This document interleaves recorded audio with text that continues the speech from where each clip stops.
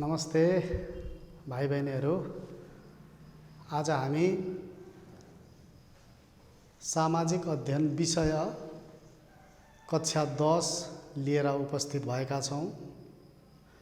आजको हाम्रो पहिलो एकाइको पाठ रहेको छ। हाम्रो पहिलो एकाइभित्रको पाठ हामी र हाम्रो समाज भन्ने एकाइ छ। त्यो एकाइभित्रको पाठ भाइ बहिनीहरूले स्क्रिनमा देखिराख्नु भएको छ। पाठको नाम हो मानव विकास सूचकाङ्क। भाइ बहिनीहरूले सुन्नुभएको होला यो शब्द मानव विकास सूचकाङ्क। यहाँ तीनटा शब्द छ, एउटा मानव छ, अर्को विकास छ, अर्को सूचकाङ्क छ। मानव भनेको तपाईँ हामी सबै मानव समुदायसँग सम्बन्धित। त्यस्तै विकास भनेको कसको लागि चाहिन्छ भन्दा विकास भनेको हामी मानिसहरूका लागि चाहिन्छ। किन चाहिन्छ त भन्दा सुखी जीवन यापन गर्नका लागि हामीलाई विकासको आवश्यकता पर्दछ। हाम्रो जीवनमा सकारात्मक परिवर्तन ल्याउनुपर्छ। त्यो सकारात्मक परिवर्तन ल्याउने कुरा भनेकै विकासको माध्यमबाट आउँछ।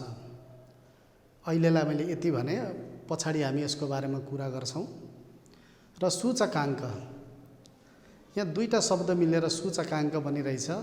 एउटा सूचक र अर्को अङ्क। सूचक र अङ्क जोडिएपछि सूचकाङ्क हुन्छ। सूचक भनेको कुनै पनि कुराको जानकारी दिने, सूचना दिने। जस्तै भाइ बहिनीहरू अहिले टेलिभिजनको स्क्रिन अगाडि बसिरहनु भएको छ। त्यो टेलिभिजनको स्क्रिनमा जुन यो दृश्य, श्रव्य दृश्य आइरहेको छ, यसको मतलब तपाईहरुको घरमा विद्युतको आपूर्ति आइरहेको छ। मतलब करेन्ट प्रवाह भइरहेको छ। अथवा बोर्ड हेर्नुभयो भने त्यहाँ इन्डिकेटर बलिरहेको छ। त्यो इन्डिकेटरले के गर्छ त भन्दा यो विद्युत परिपथमा बिजुली आइरहेको छ भन्ने कुराको सूचना दिन्छ। हो, यस्तै कुराहरूको बारेमा चाहिँ हामी आज यो मानव विकास सूचकाङ्क अन्तर्गत पाठमा रहेर हामी छलफल गर्नेछौँ। अब हेरौँ, अब यसको अवधारणापट्टि जाउँ। यसलाई स्क्रिनमा हेर्नुहोस्। यसलाई यसरी चाहिँ व्याख्या गरिएको छ। के भनिएको छ भन्दा शिक्षा, स्वास्थ्य र प्रति व्यक्ति आयको संयुक्त सूचकलाई आधार मानी कुनै पनि देशको भौगोलिक एकाइ, जाति, समुदाय आदिको मानव विकास अवस्थाको सङ्ख्यात्मक प्रस्तुतिलाई नै मानव विकास सूचकाङ्क भनिन्छ। अब भाइ बहिनीहरू, यहाँ ध्यान दिनुपर्ने कुरा के छ भने अघि हामीले मानव विकासको कुरा गऱ्यौँ। मानव विकास हुनको लागि हाम्रो स्वास्थ्यको अवस्था राम्रो हुनु पर्यो, शिक्षा पनि हाम्रो राम्रो हुनु पर्यो र हाम्रो आम्दानी पनि राम्रो हुनु पर्यो। हुन त धेरै फ्याक्टरहरू छन्, तत्त्वहरू छन्, तर यी मुख्य यो सूचकलाई गणना गर्दा यी तीनवटा तत्त्वलाई बढी महत्त्व दिएर यसको गणना गरिन्छ। त्यसैले यी तीनवटा तत्त्वलाई आधार मानेर जुन मान्छेको विकासको अवस्थाको सङ्ख्यात्मक प्रस्तुति गर्छौँ, त्यसलाई नै हामी के भन्छौँ? मानव विकास सूचकाङ्क भन्छौँ। यसलाई HDI ह्युमन डेभलपमेन्ट इन्डेक्स भनेर पनि भनिन्छ। अब योसँग सम्बन्धित केही कुराहरू हामी यहाँ देख्न सक्छौँ। स्क्रिनमा एकपल्ट पढ्नुहोस् त। हजुर, मानिसको स्वास्थ्य, शिक्षा, खाना, आवास, सिप लगायतका पक्षको विकास हुनु नै मानव विकास हो। अर्थात् मान्छेले आफ्नो जीवनलाई सजिलो पार्नका लागि, सजिलैसँग जीवनयापन गर्नका लागि, सुखी जीवन बिताउनका लागि न्यूनतम रूपमा यी पक्षहरूमा विकास हुनुपर्छ। स्वास्थ्यमा हुनुपर्छ, शिक्षामा हुनुपर्छ। भन्नुको मतलब बिरामी भएको बेलामा मान्छेले उपचार गर्न पाउनुपर्छ, उपचारको सुविधा हुनुपर्छ। त्यस्तै लेखपढले पनि मान्छेलाई स्वस्थ रहनलाई मद्दत गर्छ। त्यस्तै पोसिलो खानाको आवश्यकता पर्छ, बसोबासको कुरा हुन्छ र मान्छेलाई आय आर्जन गर्नका लागि हातमा सिप पनि हुनुपर्छ। यी सबै पक्षको समग्र पक्षको विकास भयो भने के मानिन्छ भन्दा त्यसलाई मानव विकास भएको मानिन्छ। यहाँ अवधारणा दिने कुरा मात्रै हामी गर्दैछौँ। अब त्यस्तै कुनै पनि देशको आर्थिक, सामाजिक, शैक्षिक विकास लगायतका प्रगतिको स्तर वा अवस्था देखाउने सूचक नै मानव विकास सूचकाङ्क हो। यहाँ पनि कुरा तिनै आए। देशको आर्थिक अवस्था, सामाजिक अवस्था र शैक्षिक अवस्था लगायतका यी सबै कुराको विकास अर्थात् प्रगतिको स्तरमा जाने, नराम्रो अवस्थाबाट राम्रो अवस्था हुँदै जानु हैन। हिजो कमाई दिनको 200 रुपैयाँ थियो भने आज दिनको 300 रुपैयाँ भयो भने 100 रुपैयाँले वृद्धि भयो। आर्थिक अवस्थामा के भयो? स्तरमा उन्नति भयो, प्रगति भयो। यसरी नै सामाजिक अवस्था, सामाजिक अन्तर्सम्बन्धका कुराहरू, सामाजिकीकरणका कुराहरू पर्दछन् र शैक्षिक विकास। पोहोरसम्म भाइ बहिनीहरू कक्षा 9 मा पढ्नुहुन्थ्यो, अहिले कक्षा 10 मा आउनु भइरहेछ। यसरी नै के हुँदै जान्छ? विकासको पथमा अगाडि हामी बढ्दै जान्छौँ। यिनै कुराहरूलाई, यी सबै सूचकलाई पछि हामी गणना गर्ने तरिका पनि सिक्छौँ। यी सबै पक्षलाई बढाएर प्रगतिको स्तरमा पुर्याउने जुन सूचक हुन्छ समग्र रूपमा निकालिन्छ गणना गरेर, त्यसैलाई नै हामी के भनिन्छ? मानव विकास सूचकाङ्क भनिन्छ। अर्को तरिकाले पनि भन्न सक्छौँ हामी मानव विकास सूचकाङ्कलाई कुनै पनि देशका नागरिकहरूको जीवनस्तर सम्बन्धी मूल्याङ्कन गर्ने आधारलाई मानव विकास सूचकाङ्क भनिन्छ। अर्थात् मान्छेको जीवनस्तर केले निर्धारण गर्छ भन्दा अघि नै हामीले भनिसकेका छौँ। शिक्षाको कुरो, स्वास्थ्यको कुरो, आयको कुरो हैन। यी कुराहरूले चाहिँ हाम्रो जीवनलाई के गर्न मद्दत गर्छ? अगाडि पुर्याउन मद्दत गर्छ। यो भयो यसको थोरै हामीले यसको बारेमा छलफल गऱ्यौँ। अब यो मानव विकास सूचकाङ्कको अवधारणा कहाँबाट आयो, कसरी आयो भन्ने कुरा तपाईहरुलाई जिज्ञासा लाग्न सक्छ। यो स्क्रिनमा देखिराख्नु भइरहेछ एउटा लोगो छ। त्यो लोगोको पल्लोपट्टि UNDP लेखेको छ। युनाइटेड नेसन्स डेभलपमेन्ट प्रोग्राम हो यसको फुल फर्म। यो UNDP ले यो सबैभन्दा पहिले यो मानव विकास सूचकाङ्कको प्रतिवेदन सन् 1990 देखि जारी गर्न थालेको हो। अहिलेसम्म यसले निरन्तर रूपमा यो संस्थाले जारी गरिरहेको छ र यो UNDP ले पनि आफै त उसले गर्दैन, यसमा पनि एक्सपर्टहरू हुन्छन्। यो मानव विकास सूचकाङ्कको अवधारणा ल्याउने व्यक्तिहरू चाहिँ एकपल्ट हेरौँ स्क्रिनमा। एउटा स्क्रिनको व्यक्तिको नाम यहाँ अनुहार प्राविधिक गडबडीले बिग्रिएछ। यहाँ अमर्त्य कुमार सेन देख्नुहुन्छ। अमर्त्य कुमार सेन भनेको यी भारतीय अर्थशास्त्री हुन् र अर्का छन् महबुब उल हक। यी चाहिँ पाकिस्तानका जन्मेका पाकिस्तानी मूलका यी अमेरिकी नागरिक हुन्। यी पाकिस्तानका 13औं अर्थमन्त्री पनि भएका थिए र यी महबुब उल हकले चाहिँ UNDP मा बसेर यो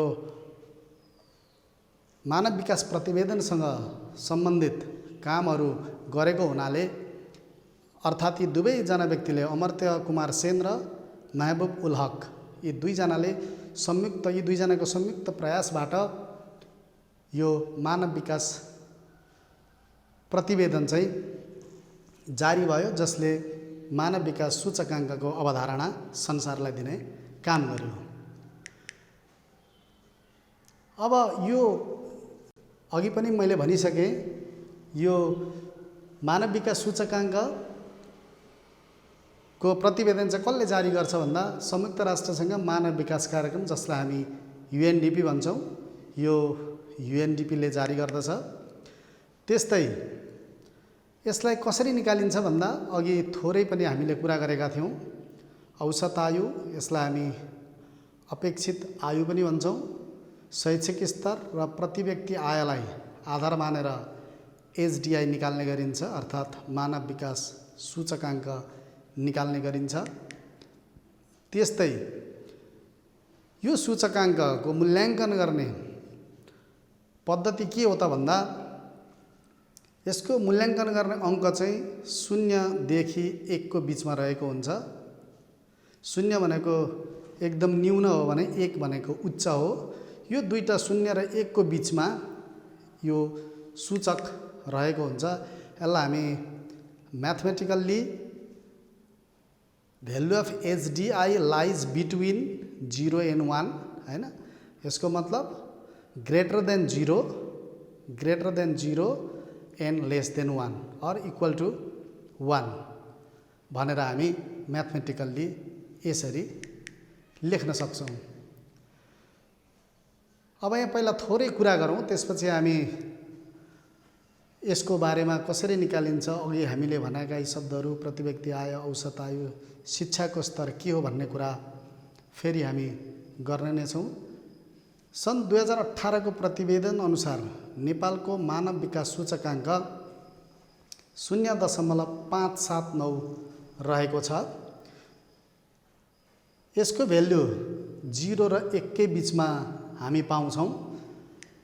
त्यस्तै मानव विकास सूचकाङ्कमा पहिलो स्थानमा नर्वे, जसको मानव विकास सूचकाङ्क भ्यालु 0.954 छ भने पहिलो स्थानमा नर्वे छ र 147औं स्थानमा नेपाल छ भने अन्तिम राष्ट्र, यो 189 लेख्नुको मतलब युएनडिपीले संसारमा भएका 189 वटा राष्ट्रहरूको आँकडा भेला पारेर जुन प्रतिवेदन निकालेको थियो, त्यो 189 वटा राष्ट्रमध्ये पहिलो स्थानमा नर्वे छ भने 147औं स्थानमा नेपाल छ भने त्यो सन् 2018 को प्रतिवेदनमा नाइजर भन्ने अफ्रिकी देशको चाहिँ अन्तिम राष्ट्रका रूपमा रहेको छ, जसको मानव विकास सूचकाङ्क मान 0.377 रहेको छ।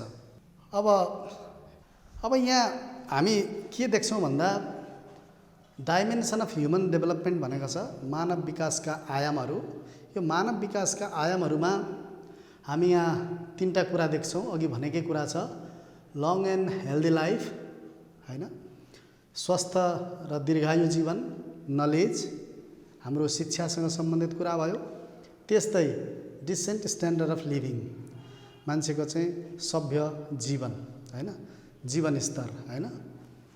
अब यसलाई चाहिँ मानव विकास सूचकाङ्कलाई प्रत्यक्ष रूपमा प्रभाव पार्ने यी तत्त्वहरू भयो भने यहाँ तल छोपिएको छ।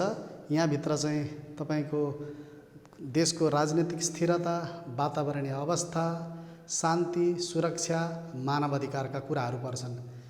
यो तलतिर भएको यो नीलो कलरमा यहाँ जुन छोपिएको छ, यी अहिले हामीले कुरा गरेको शान्ति, सुव्यवस्था, मानव अधिकार, राजनीतिक स्थिरता आदि जस्ता तत्त्वहरू कुनै पनि राष्ट्रमा स्थिर भएर रहन सके, अर्थात् मानिसहरूले, त्यस देशका जनताहरूले यी कुराहरूमा चाहिँ शान्ति छायो भने माथिका यी 3वटा तत्त्वहरू अटोमेटिकल्ली रूपले सबल भएर जान्छन्। अर्थात् यसको आधारमा नै के हुन्छ त शैक्षिक स्तर, प्रति व्यक्ति आय र हाम्रो हाम्रो लङ एन्ड हेल्दी लाइफ, के हुन्छ, समृद्ध भएर जान्छ। अब यहाँ त्यही कुरालाई हामीले यहाँ मानव विकास सूचकाङ्क गणना गर्दा चाहिने आयामहरू के हुन् भनेर हामी स्क्रिनमा प्रष्ट देख्न सक्छौँ। आयाममा 3टा कुरा छ, स्वास्थ्य, शिक्षा, जीवनस्तर। सूचकमा छ स्वास्थ्यको सूचक अपेक्षित आयु, यसलाई हामी औसत आयु पनि भन्छौँ। त्यस्तै शिक्षाको 2टा सूचक छ, एउटा औसत शैक्षिक संलग्नता वर्ष छ भने अर्को शिक्षाको सूचक छ अपेक्षित शैक्षिक संलग्नता वर्ष। र तेस्रो आयाम जीवनस्तर छ, त्यसको सूचक छ प्रति व्यक्ति आय।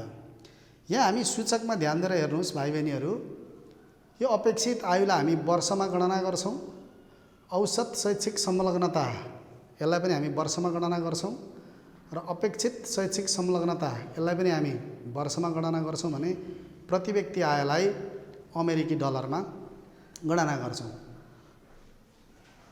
अब यहाँ बुझ्ने कुरा के छ भने अपेक्षित आयु यहाँ चाहिँ हाम्रो भ्यालु न्यून र उच्च दिएको छ। अपेक्षित आयुमा न्यून वर्ष कति छ भन्दा 20 वर्ष छ र उच्च चाहिँ 85 वर्ष छ।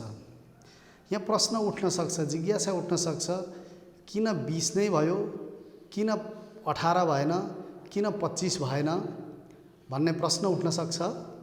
यसको समाधानमा यो मानव विकास UNDPले प्रकाशित गरेको मानव विकास प्रतिवेदनमा के भनेको छ भने कुनै पनि मान्छे जन्मिसकेपछि न्यूनतम ऊ चाहिँ 20 वर्ष बाँच्छ भन्ने अनुमान उसले गरेको छ।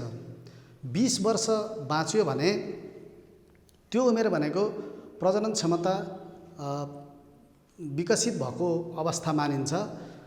त्यो उमेरसम्ममा चाहिँ उसले 2-3 जना विवाह गरेर 2-3 जना सन्तान पनि जन्माउन सक्छ, जसको कारणले त्यो जातिको चाहिँ के हुँदैन, संसारमा लोप भएर जाँदैन।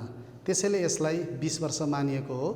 अब अहिले विज्ञान प्रविधि स्वास्थ्य सेवाको उपलब्धता आदिको प्रचुर विकासले गर्दाखेरि अहिले मान्छेको आयु धेरै बढेर गइरहेछ। यसका लागि कति राखेको छ भन्दा 85 वर्ष राखेको छ UNDPले। अर्थात् हामीले बुझ्नुपर्ने कुरा के हो भने यो अपेक्षित आयुलाई चाहिँ हामी न्यून यसको भ्याल्यु भनेको चाहिँ 20 वर्ष हो भने अधिकतम चाहिँ 85 वर्ष हो। अर्को छ आयाम शिक्षा, त्यो भित्रको एउटा छ औसत शैक्षिक संलग्नता वर्ष छ। यो औसत शैक्षिक संलग्नता वर्षको भ्याल्यु न्यून 0 छ। यो 0 नै किन भयो भन्दा त्यही प्रतिवेदनमा के भनिएको छ भने मान्छे नपढिकन पनि शिक्षा नलिकन पनि आफ्नो जीवन बिताउन सक्छन्, अर्थात् बाँच्नका लागि पढिरहनुपर्छ भन्ने मान्यता राख्दैन। संसारमा अझै पनि कति धेरै निरक्षर मान्छेहरू छन्, उनीहरू पनि सुखी तरिकाले जीवन बिताइरहेको हामी पाउँछौँ। त्यसैले विद्यालय नगई पनि कुनै पनि औपचारिक शिक्षा नलिए पनि के हुन्छ भन्दा मान्छेले जीवन बिताउन सक्छ, उनीहरूको जीवन सुखी हुन सक्छ भन्ने मान्यताको कारणले गर्दा यो औसत शैक्षिक संलग्नता वर्ष चाहिँ 0 राखिएको हो। र यहाँ चाहिँ उच्च चाहिँ 15 वर्ष छ। यसको बारेमा म अर्को स्लाइडमा भन्ने छु। अपेक्षित शैक्षिक संलग्नता वर्ष उच्च 18 मानिएको छ। र जीवनस्तर चाहिँ के छ भन्दा यसको आयामको सूचक छ प्रति व्यक्ति आय, जसलाई हामी अमेरिकी डलरमा व्यक्त गर्दछौँ। यसको न्यूनतम मान छ $100 र अधिकतम छ $75,000। अब $100 मानको मतलब के हो भने मान्छेले न्यूनतम रूपमा एकदम आधारभूत मात्रै आवश्यकता एकदम लो लेभलबाट कन्जप्सन गरेर पुरा गर्नका लागि $100 भयो भने मान्छे बाँच्छ भन्ने कन्सेप्ट छ। र 75,000 म्याक्सिमम चाहिँ $75,000 छ। यो $75,000 बाट बढेर 85,000 90,000 किन भएन? संसारमा यस्ता देशहरू पनि छन् जसको प्रति व्यक्ति आय $106,000 पनि रहेको छ। यसमा चाहिँ के भन्छ भन्दा त्यो प्रतिवेदनले 75 प्रति व्यक्ति आय $75बाट वृद्धि भएर जति वृद्धि भए पनि त्यो प्रति व्यक्ति आयले मात्रै उसको जीवनस्तर जतिसुकै बढे पनि त्योभन्दा माथि इम्प्रुभ भएर सुधार भएर जान सक्दैन। यी धेरै फ्याक्टरहरू छन् जसले गर्दा यो हामी मानव विकास सूचकाङ्कको अब थोरै कुरा गरौँ। अपेक्षित आयु सूचक यो भनेको के हो त? एकपल्ट स्क्रिनमा हेर्नुहोस् भाइ बहिनीहरू। अपेक्षित आयुले त्यस देशका जनता अधिकतम कति वर्ष बाँच्ने अपेक्षा गर्न सकिन्छ भन्ने जनाउँछ। जुन देशका जनताको अपेक्षित आयु धेरै हुन्छ त्यहाँका जनताको स्वास्थ्यको अवस्था राम्रो भएको मानिन्छ। उनीहरू स्वस्थ छन् र औषधि उपचार राम्रो पाउँछन् भन्ने जनाउँछ। यसलाई हामी औसत आयु पनि भन्ने गर्छौँ।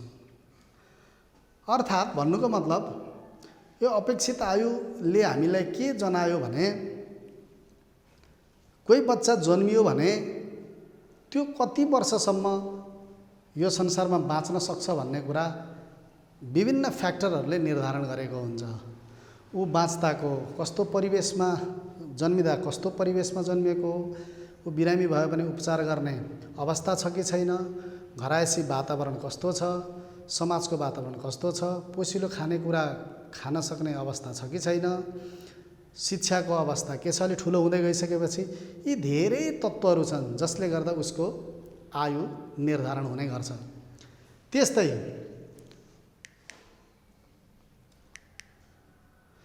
त्यस्तै अपेक्षित आयुलाई अझै विस्तृत रूपमा अलिकति बुझ्दा यसरी हामी भन्न सक्छौँ। यसले के दर्शाउँछ भने जब कुनै बच्चा जन्मिन्छ उसको औसत बाँच्ने सम्भावना कति हुन्छ भन्ने दर्शाउँछ अपेक्षित आयुले। यसलाई प्रभाव पार्ने तत्त्वहरू के हुन्छन् भन्दा स्वास्थ्य हो, उसको खोपको सुविधा के कति छ, राष्ट्रले अथवा सरकारले त्यस्तो प्रोग्रामहरू ल्याएको छ कि छैन बालबालिकाका लागि, ऊ आफै पनि उसका अभिभावक पनि बच्चालाई खोप दिनुपर्छ भन्ने कुरामा सचेत छन् छैनन्।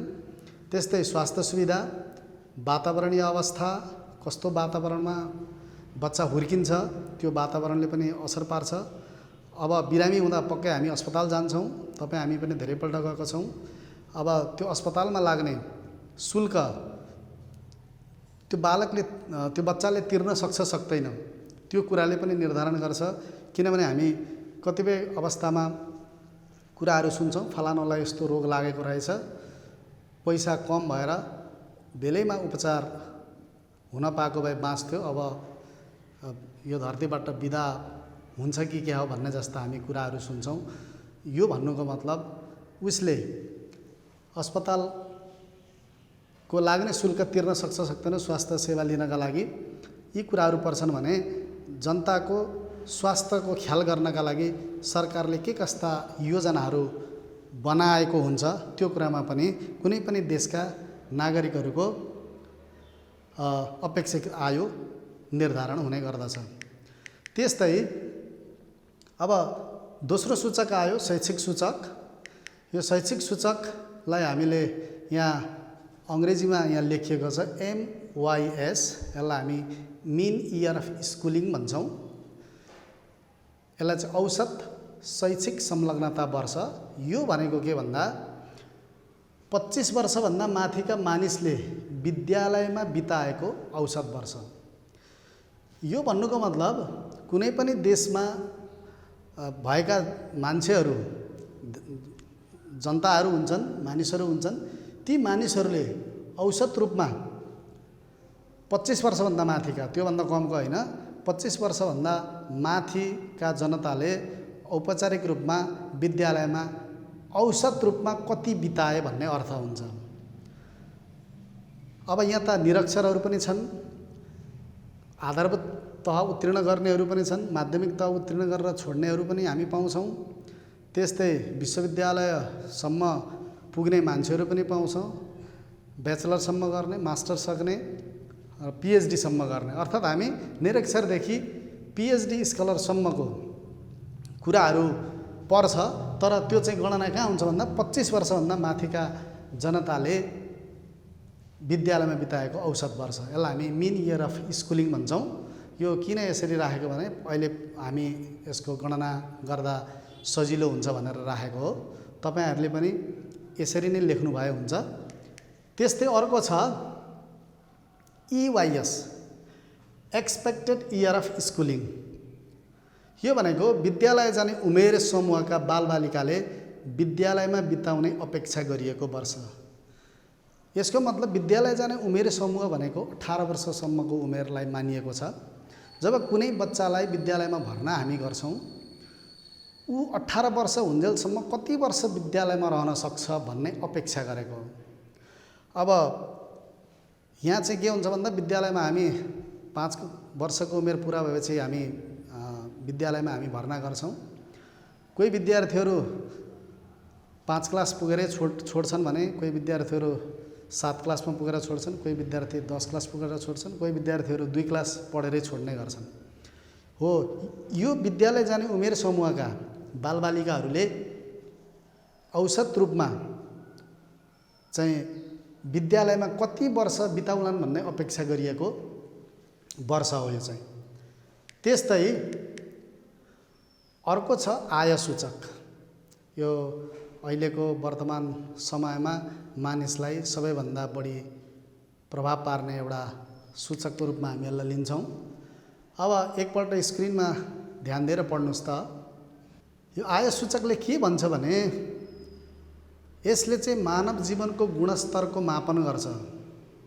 भन्नुको मतलब औसत आम्दानी बढी हुनुको अर्थ त्यस देशका जनताको जीवनको गुणस्तर राम्रो हुनु हो। त्यसैगरी औसत आम्दानी न्यून हुनु भनेको जनताको जीवनस्तर कमजोर हुनु भन्ने अर्थ दिन्छ। अर्थात् कुरा बुझ्नुभयो होला, औसत आयु बढ्यो भने आय बढ्यो भने औसत आम्दानीमा वृद्धि भयो भने के हुने भयो? जीवनस्तर राम्रो हुने भयो। भाइ बहिनीहरू, हामी कुरा गर्दै थियौँ आय सूचकको बारेमा। अब यो आय सूचकले के गर्यो भन्दाखेरि औसत आम्दानी बढी भयो भने जीवनस्तरमा वृद्धि हुने, औसत आम्दानी कम भयो भने जीवनस्तर न्यून हुने। अब यो औसत आय केमा भर पर्ला एकपल्ट विचार गर्नुहोस् त। हजुर, यो औसत आम्दानी जब कुनै पनि देशका मानिसहरूले रोजगारीको प्रशस्त मात्रामा अवसर पाउँछन्, सिधा अर्थमा भन्दा त्यस्तो अवस्थाले औसत आम्दानीमा वृद्धि हुन्छ। अब यो रोजगारीको अवसर कतिखेर सम्भव हुन्छ त भन्दा जब देशमा धेरै उद्योग धन्दा कल कारखानाहरू स्थापित हुन्छन्, अर्थात् काम गर्ने क्षेत्रहरू फैलिएर जान्छन्। त्यस्तो भयो भने के हुन्छ? मानिसहरू रोजगारयुक्त हुन्छन् र रोजगार प्राप्त व्यक्तिले आम्दानी पाउँछ र उसको आम्दानीले के हुन्छ? उसको जीवनस्तरमा वृद्धि हुन्छ। अब यो जीवनस्तरमा वृद्धि हुन्छ भन्नुको मतलब के होला भने तपाईँहरूलाई म सानो उदाहरण दिन्छु।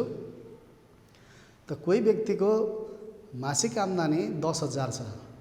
यदि उसको मासिक आम्दानी 10,000 हुँदा उसले बिहान बेलुका सामान्य खाना मात्रै खाने गर्छ भने उसको आम्दानी बढेर 20,000 भयो भने अब दिउँसोको खाजा पनि हुनसक्छ, बिहानको ब्रेकफास्ट पनि हुनसक्छ, होइन? चप्पल लाउने व्यक्ति छ भने अब जुत्तामा पुग्न सक्छ। अर्थात् आम्दानी बढ्यो भने उसले गर्ने हरेक क्रियाकलापहरू के हुँदै जान्छन्? हरेक क्रियाकलापको स्तर पनि वृद्धि हुँदै जान्छ। अब आम्दानी कम भयो भने त स्वाभाविकले सबै कुरामा खुम्चिनुपर्छ र उसले थोरै आम्दानीमा जीवन बिताउनुपर्छ।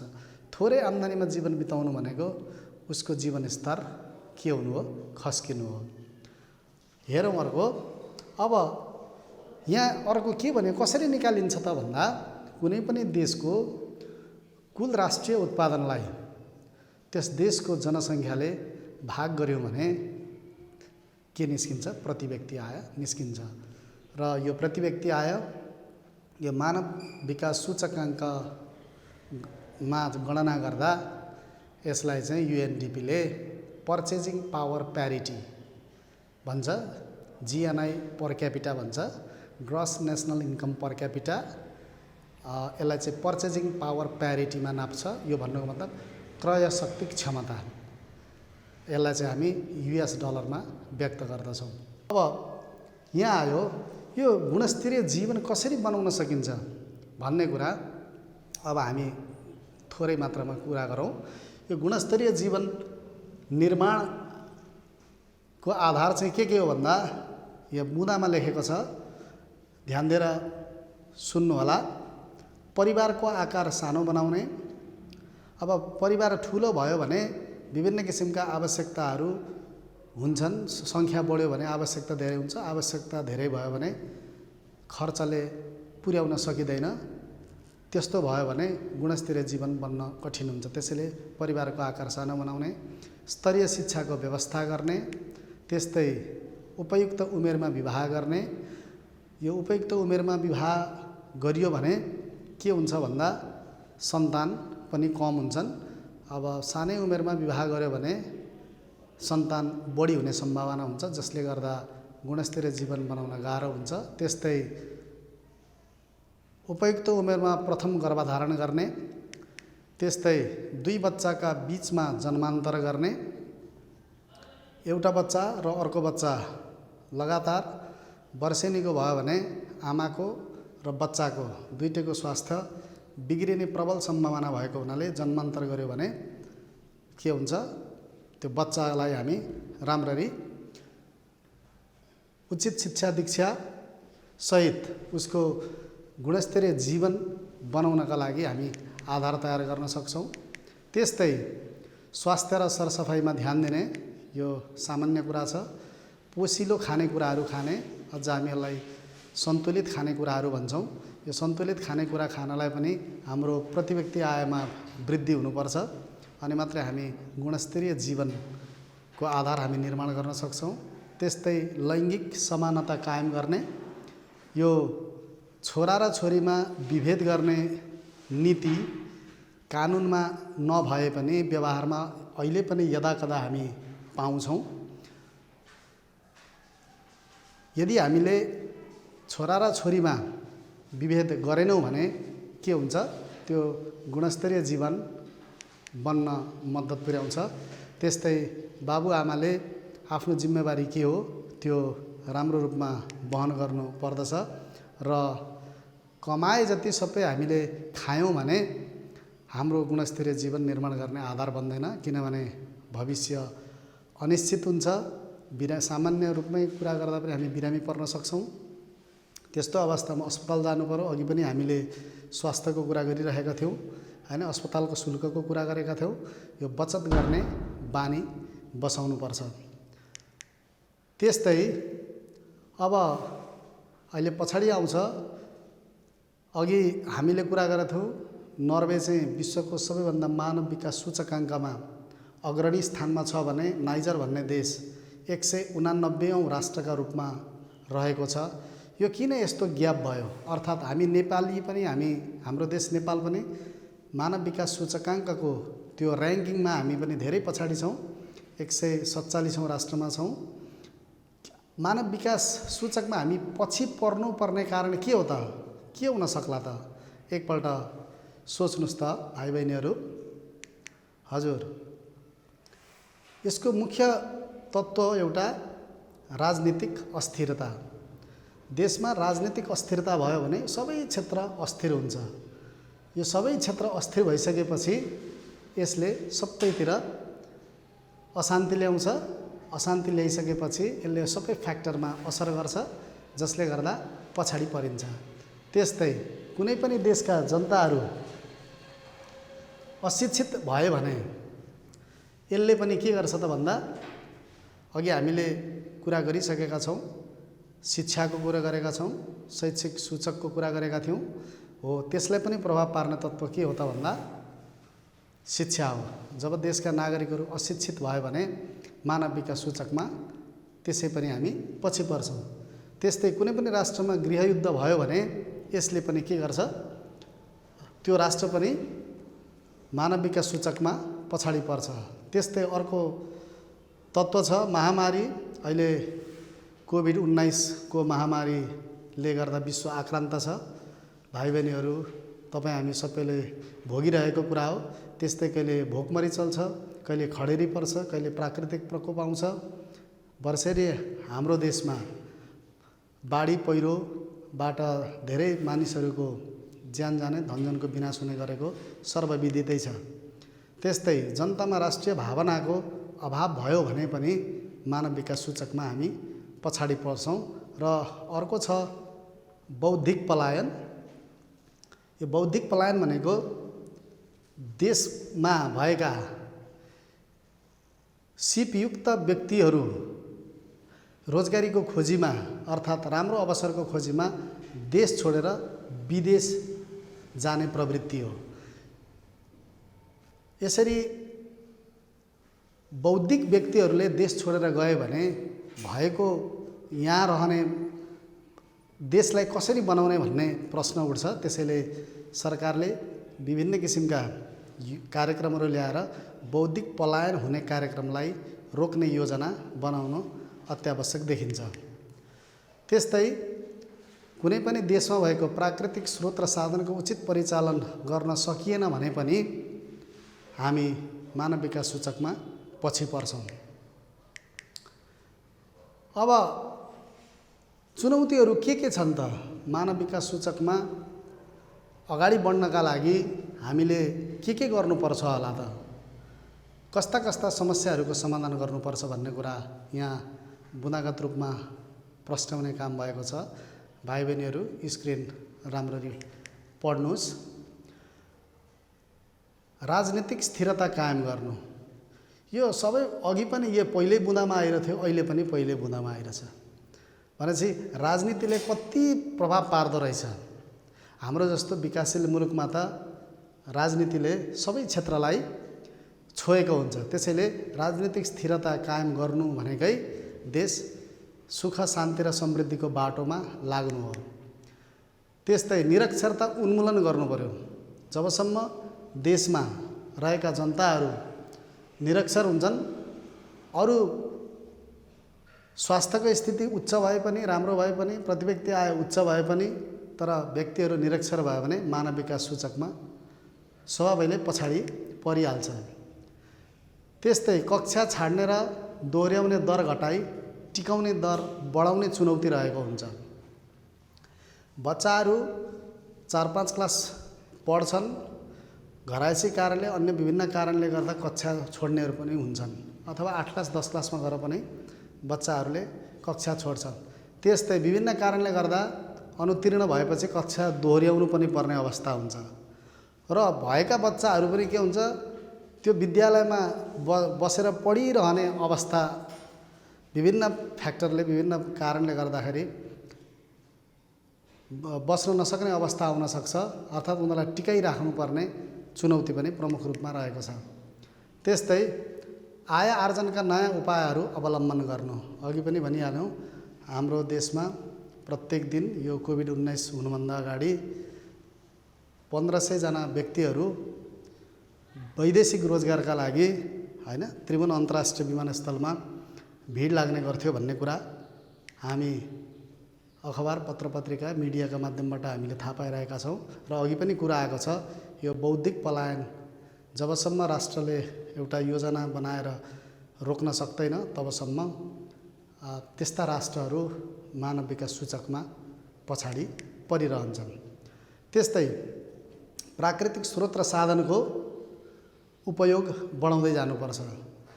अब नेपाल हामी भन्छौँ प्राकृतिक सम्पदाले, प्राकृतिक स्रोत र साधनले धनी मुलुक हो भन्छौँ, तर हामीसँग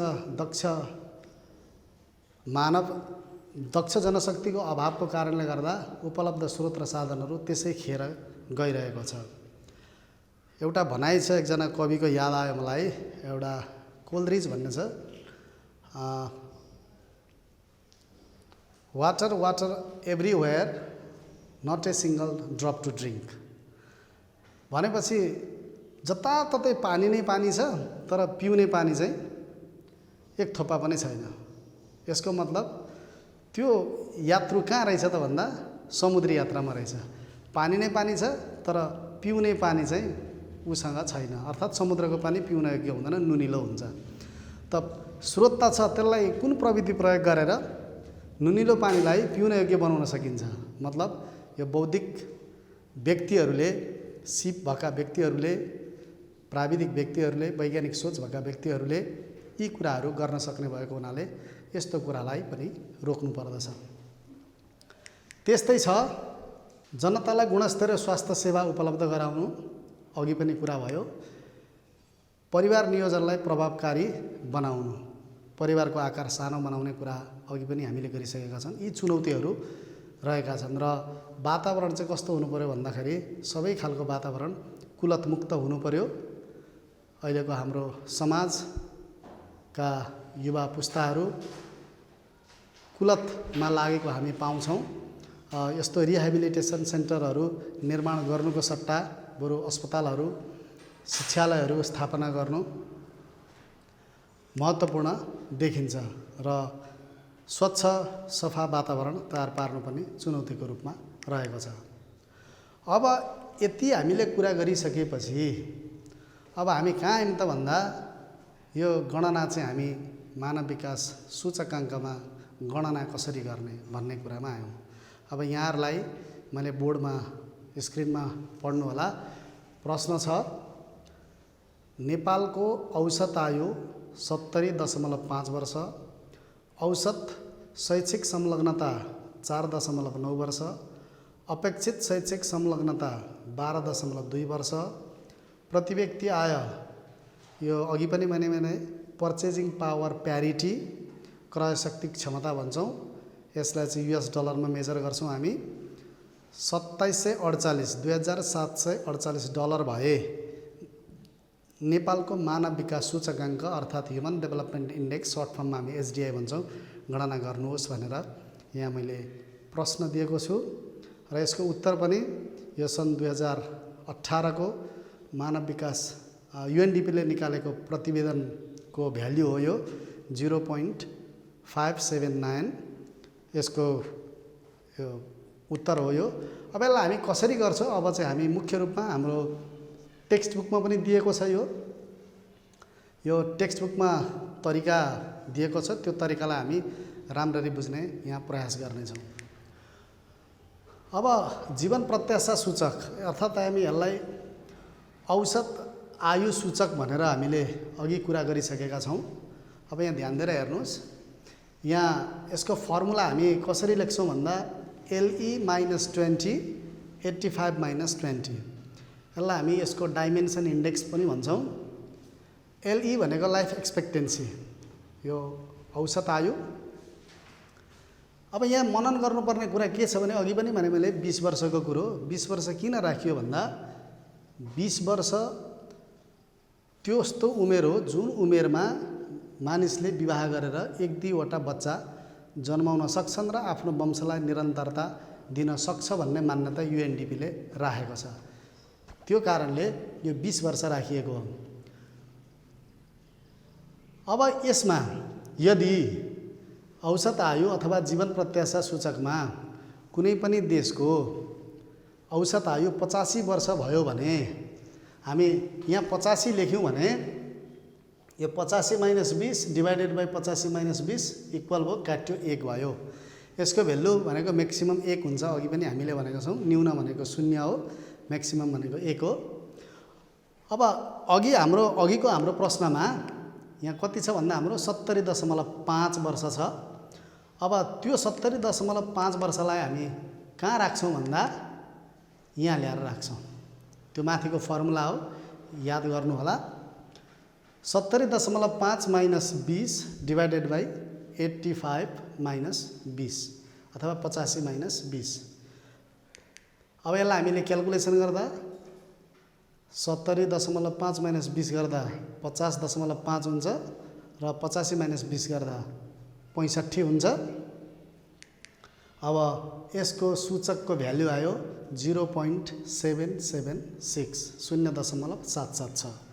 एउटा सूचकको हाम्रो गणना गर्ने हिसाब हामीले सक्यौँ। अब अर्को सूचक शैक्षिक सूचक छ।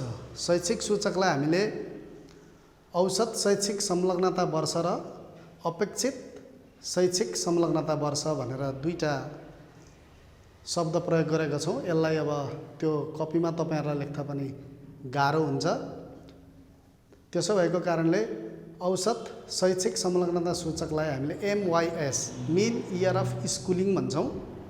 यसको म्याक्सिमम भ्याल्यु भनेको 15 वर्ष रहेको छ भने एक्सपेक्टेड इयर अफ स्कुलिङ अपेक्षित शैक्षिक संलग्नता वर्ष यसको म्याक्सिमम भ्यालु 18 हुन्छ। किनभने मान्छेले 18 वर्षसम्म शिक्षालयमा बितायो भने स्नातकोत्तर तहसम्मको अध्ययन पुरा गर्छ भन्ने मान्यता UNDP ले राखेको छ। यो दुईटाको औसत दुईटा भ्याल्युलाई हामीले 2 ले भागा गरेको छौँ। यो फर्मुला हो, मुख्य फर्मुला यही हो। यो शैक्षिक सूचक गणना गर्ने मुख्य फर्मुला। त्यसलाई अब हाम्रो देशको कति छ त मिन इयर अफ स्कुलिङ भन्दा 4.9 वर्ष छ। 15 फर्मुलाकै भइहाल्यो। एक्सपेक्टेड इयर अफ स्कुलिङ अपेक्षित शैक्षिक संलग्नता वर्ष कति छ भन्दा 12.2 वर्ष डिभाइडेड 18 भयो, डिभाइडेड बाई 2 जस्ताको तस्तै। खालि MIS का ठाउँमा 4.9 जुन हाम्रो प्रश्नमै दिएको छ अनि EYS भनेको हाम्रो प्रश्नमै दिएको छ अपेक्षित शैक्षिक संलग्नता वर्ष 12.2 वर्ष अरू जस्ताको तस्तै। त्यसपछि आयो यसलाई हामीले हिसाब गर्दा 4.9 डिभाइडेड बाई 15 गऱ्यौँ भने क्यालकुलेटर थिचेर हेर्नु होला 0.32 छ, 0.326 आयो। त्यस्तै 12.2 लाई 18 ले भाग गर्दा कति आयो 0.677 डिभाइडेड बाई 2 को 2 छँदैछ। अब यसलाई हामीले फेरि दुईटालाई जोड्दा आउने हाम्रो 1.003 भागा 2 यति भयो र यसको लास्ट भ्यालु आयो शैक्षिक सूचकको 0.501। यो भयो हाम्रो शैक्षिक सूचक। तेस्रो आउँछ अन्तिम सूचक हाम्रो आय सूचक। यो आय सूचकमा यो चाहिँ हाम्रो मेन फर्मुला भयो आय सूचकको। LN भनेको चाहिँ तपाईको साइन्टिफिक क्यालकुलेटर प्रयोग गरेर मात्रै हामी यो निकाल्न सक्छौँ। यो गणना गर्दा नर्मल क्यालकुलेटरबाट हामी सक्दैनौँ। तपाईको क्यालकुलेटर र साइन्टिफिक क्यालकुलेटरमा त्यहाँ की बटन हेर्नुहोस्, त्यसमा एउटा LOG लग लेखेको हुन्छ, एउटा LN लेखेको हुन्छ। त्यो LOG लग भनेको कमन लगारिदम हो, यो LN लेखेको चाहिँ नेचुरल लग हो। यो चाहिँ अब म्याथमेटिक्समा प्रयोग हुन्छ। तपाईहरुले यो बीचमा फरक के छ भन्ने कुरा सिक्न जरुरी छैन। सिम्पल तपाईहरुले भ्यालु राखेर यसलाई क्यालकुलेटर थिच्नु भयो भने यसको भ्यालु आइहाल्छ, जुन भ्यालु यहाँ मैले राखेर देखाएको छु। अब यो चाहिँ आय सूचक गणना गर्ने मुख्य सूत्र भयो। अब LN GNIPC भनेको छ माइनस LN 100। अब यदि कुनै पनि देशको प्रति व्यक्ति आय $75,000 छ भने त्यो भ्यालु हामीले यो ठाउँमा राख्यौं भने $75,000 यहाँ राख्यौं भने के हुने भयो? 1 आउने भयो यसको। किन भन्दा 75,000 माइनस 100 फेरि 75,000 माइनस 100 गर्दा दुईटै काट्यो 1 भयो। म्याक्सिमम भ्यालु 75,000 राख्यो भने शिक्षा आयमा चाहिँ त्यो देशका मान्छेहरू उच्च स्तरमा रहेका रहेछन् भन्ने हामी बुझ्छौँ। र 100 राख्यो भने अब त्यसको न्यून भ्यालु आउँछ, 0 आउँछ। हामीले 100 राख्यौं भने किनभने कुनै देशको मानौ एजम्पसन 100 गर्यो भने 100 माइनस 100 0 हो। 0 लाई अब जतिले डिभाइड गरे पनि रिजल्ट 0 नै हुन्छ, 0 नै हुन्छ। त्यसैले यहाँ पनि के देखियो त भन्दा यो सूचकमा पनि मिनिमम भ्यालु 0 देख्यौं, म्याक्सिमम भ्यालु 1 देख्यौं। अब हाम्रो देशको केसमा कति छ सम्झिनुस् त? अघिको $2,748 छ हाम्रो प्रति व्यक्ति आय। के को आधारमा? यो पर्चेजिङ पावर प्यारिटी अर्थात् क्रय शक्ति क्षमताको आधारमा। अब अघिको भ्यालु यहाँ हामीले राख्दा हामी के पाउँछौँ? नेपालको केसमा $2,748 छ। यो UNDP को सन् 2018 को प्रतिवेदनले सार्वजनिक गरेको यो डेटा हो। अनि बाँकी जस्ताको जस्तै 100 को 100 divided by ln 75,000 minus ln भनेको नेचुरल लग 100। अब क्यालकुलेटर एकपल्ट थिची हेर्नुहोस् कति आउँछ। ln 2748 थिच्नु भयो भने 7.918 आउँछ। अनि फेरि ln 100 थिच्नु भने त्यसको भ्यालु क्यालकुलेटरमा 4.605 आउँछ डिभाइडेड बाई त्यसरी नै $75,000 को 75,000 को नेचुरल लग थिच्नु भयो भने 11.225 100 को जस्ताको तस्तै। अब यसलाई घटाएर स्टेप बाई स्टेप राख्ने प्रयास गरिएको छ। मास्टरलाई घटाइदिनु भयो 3.313 डिभाइडेड बाई 11बाट चाहिँ त्यो 4 घटाइदिनु भयो भने डेसिमल सहितको घटाइदिनु 6.620 आयो र अन्तिममा आयो हाम्रो ठ्याक्कै आया सूचकको भ्यालु 0.5 आयो। यहाँ पनि के आयो 0 र 1 के बिचमा आयो। अब हेरौँ, अब यसको अन्तिम फर्मुला यति चाहिँ हामीले यसको सबै पेरिफेरीको हिसाब गणना गरेर निकाल्यौँ। अब याद गर्नुपर्ने हामीले टिप्नुपर्ने फर्मुला चाहिँ अब छ। यहाँ भाइ बहिनीहरू तपाईहरुलाई म के जानकारी गराउँछु भने लास्ट इयरसम्मको हाम्रो सामुदायिक विद्यालयको सामाजिक अध्ययनको पाठ्यपुस्तकमा यो फर्मुलामा एक ठाउँमा त्रुटि भएको थियो, प्रिन्ट मिस्टेक। त्यो प्रिन्ट मिस्टेक भनेको यो सबैको जियोमेट्रिक मिन निकाल्छौँ हामी। यो जियोमेट्रिक मिन यो क्युब रुट चाहिँ त्यो पाठ्यपुस्तकमा छैन। यो हाम्रो सामाजिक अध्ययन विषय पढाउने शिक्षकहरूको भेलामा पनि यो कुरा भएको थियो।